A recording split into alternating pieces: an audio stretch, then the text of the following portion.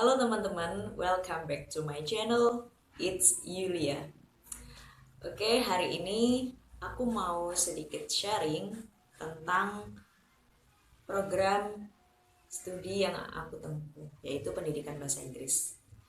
Jadi sebenarnya di konten kali ini aku mau kolaborasi sama temanku, namanya Hoirunisa. Dia adalah temanku dari masa SMP.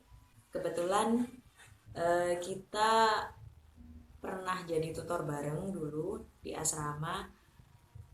Terus alhamdulillah lagi eh, sekarang kita ditakdirkan untuk kuliah di satu rumpun.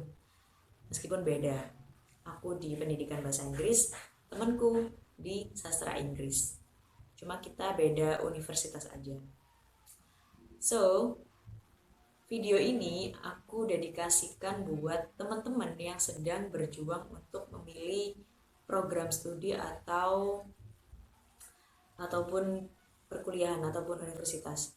Jadi biar nggak ada kata-kata, aduh kayaknya aku salah jurusan deh. Kenapa aku dulu ambil ini, kenapa nggak ambil itu? Jadi teman-teman emang harus benar-benar observasi lebih lanjut. Kalau dulu di masa-masa aku itu kayaknya semua proses seleksi perkuliahan itu aku ikutin. Tapi ternyata di zaman sekarang, maksudnya di tahun ini, itu ada namanya eligible katanya. Jadi kalau misalkan udah masuk di jalur pertama SNMPTN, di SBM nggak boleh daftar lagi kayak gitu, which is good. Karena kalau dulu teman-temanku asal-asalan aja milih, terus ternyata aduh nggak cocok sama jurusan ini, jadi dia ikut SBM lagi, kan kayak menutup kesempatan untuk teman-teman yang lain yang sedang berjuang gitu. Jadi di konten kali ini aku mau berbagi, sharing lah sedikit kurikulum apa saja yang dipelajari di perkuliahan terutama bahasa Inggris. Silakan menyimak. Jadi di sini aku udah bikin kayak mapping gitu sih, udah berantakan ya. Bikin mapping. Pertama aku jelasin dari universitasnya dulu. Jadi mata kuliah yang akan kita tempuh nanti di perkuliahan itu berpengaruh pertama dari universitasnya itu apa dulu. Terus fakultasnya apa? Yang ketiga jelas program studinya apa. Kenapa? Karena ada pecahan namanya mata kuliah fakultas sama mata kuliah prodi.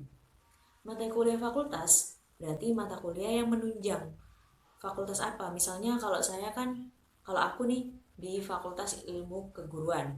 Jadi ada beberapa mata kuliah yang itu menunjang profesi keguruan gitu. Jadi eh, yang kedua program studinya.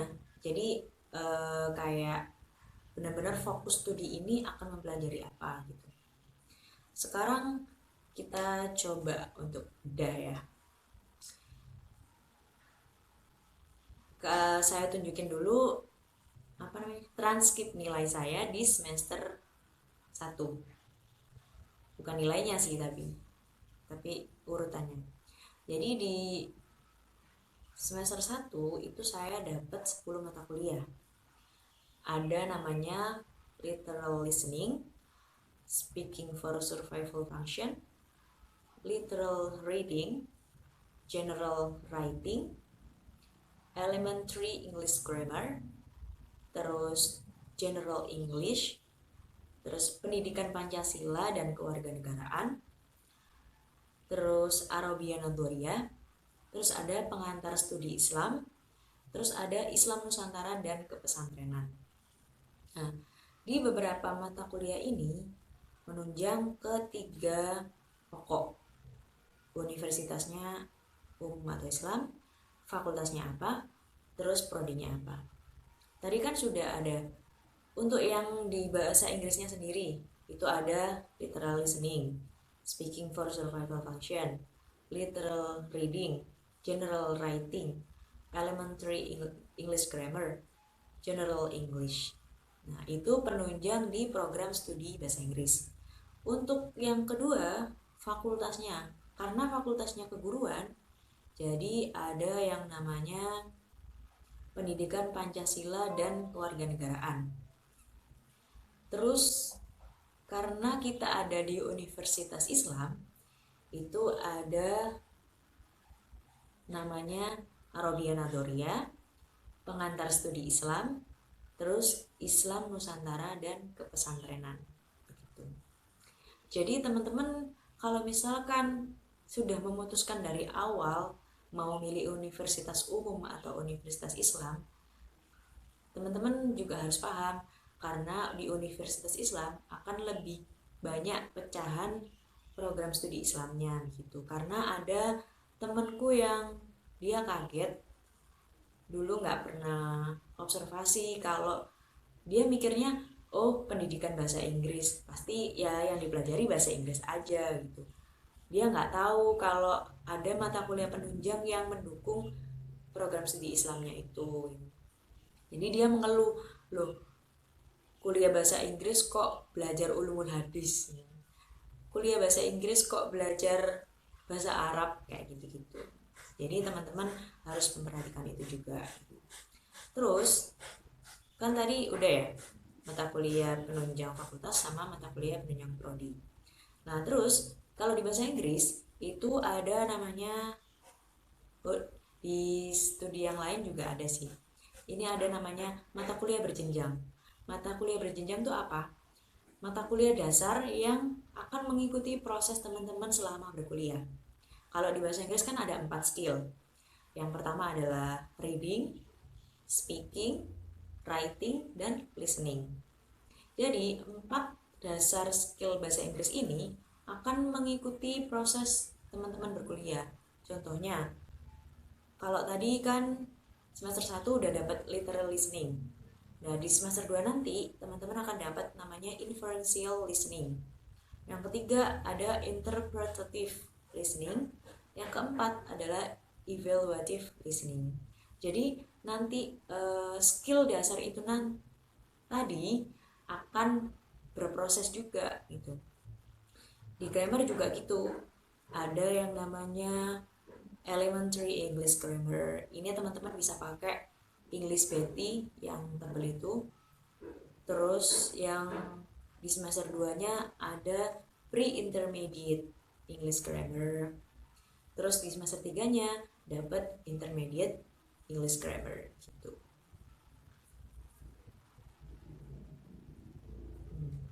Jadi penunjang mata kuliah yang berjenjang itu tadi dapat di 4 skill tadi.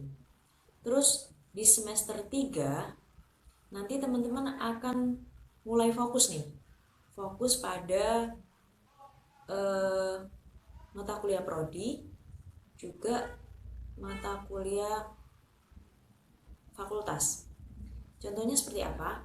Kalau yang prodi, kita udah mulai belajar ke kurikulum. Bagaimana kurikulum bahasa Inggris di Indonesia dan bagaimana kurikulum bahasa Inggris internasional. Itu ada namanya ILT kurikulum, itu di semester 3. Nanti semester 4-nya teman-teman akan dapat ILT media. ILT media ini kalau di prodi lain itu namanya media pembelajaran. Nah, terus ada kalau mata kuliah yang fokus prodi itu kita mulai belajar intro to linguistik. Linguistik itu apa saja? Ini linguistik itu beda dengan kayak kita belajar tenses, grammar, itu beda. The whole of linguistik itu sendiri. Jadi kita benar-benar belajar bahasa itu apa sih sebenarnya, bahasa itu apa. Jadi nanti ada cabangnya juga. Setelah intro to linguistik kita akan belajar fonologi, morfologi, sintak, sosiolinguistik, psikolinguistik gitu. Jadi teman-teman akan mempelajari itu semua di pendidikan bahasa Inggris. Lalu di semester 5 kita akan mulai praktek. Kan di semester 3 tadi kita udah mulai fokus nih di kurikulum itu bagaimana cara mengajar, terus TOEFL metodologi itu gimana. Jadi di semester 5 kita akan mulai praktek. Ada yang namanya magang 1. Kalau di universitas saya ada 2, magang 1, magang 2. Magang 1 itu kita hanya observasi. dan belajar cara bikin RPP, terus mengobservasi bagaimana lingkungan sekolah itu sebenarnya, apa yang terjadi di lapangan. Itu kita akan ada kayak mini research gitu. Terus ada magang 2. Magang 2 ini kebetulan kemarin saya di semester 7. Jadi magang plus KKN itu magang 2. Kita juga pengabdian masyarakat sekaligus ngajar di sekolah. Jadi ini apapun yang sudah kita capai di semester 1 sampai 6, kita akan praktek di semester 7 gitu. Jadi kita juga benar-benar bikin program Prota Promes itu apa, terus kurikulumnya bagaimana, silabusnya bagaimana, itu semua akan kita praktekkan di semester 7. Begitu. Terlepas dari apa yang sudah saya jelaskan tadi, kok jadi saya ya? Terlepas dari apa yang udah aku jelasin, teman-teman nggak perlu khawatir kalau misalkan teman-teman nggak ada basic. Oke, terlepas dari apa yang udah aku jelasin tadi, teman-teman nggak perlu khawatir kalau misalkan teman-teman nggak ada basic sama sekali, karena semua akan mengikuti. Kalau misalkan teman-teman yakin mau belajar ini, mau belajar bahasa Inggris, teman-teman harus double effort. Kayak misalkan temennya yang lain udah bisa grammar nih, berarti teman-teman harus sambil belajar sambil menyelam, nggak apa-apa. Karena dulu, kalau sedikit tips dari saya, kok jadi saya lagi sih. Kalau aku dulu, karena aku dulu udah ya lumayan lah dalam grammar, tapi kurang banget dalam speaking, jadi insecure parah. Di semester 1 itu aku ngerasa gak bisa ngapa-ngapain karena teman-temannya itu bener-bener keren-keren kak, ngomongnya tuh udah lancar, udah public speakingnya keren. Makanya di perkuliahanku bahasa Inggris ini aku paling suka mata kuliah public speaking, dan tentunya itu kurang banget, jadi masih pengen belajar di luar. Jadi teman-teman nggak perlu khawatir, bisa sambil kursus mungkin. Jadi semangat buat teman-teman yang sekarang lagi nunggu pengumuman SNMPTN-nya. Percaya bahwa takdir akan menemukan jalannya. Jadi nggak perlu khawatir misalkan nanti teman-teman gagal di sesi SNMPTN, masih ada SBM, masih ada beasiswa lain yang bisa teman-teman capai. Semangat! Terima kasih sudah menonton. Semoga apa yang aku sampaikan hari ini bisa bermanfaat sekaligus menjadi pencerahan buat teman-teman yang mau ngambil kuliah jurusan pendidikan bahasa Inggris. Thank you.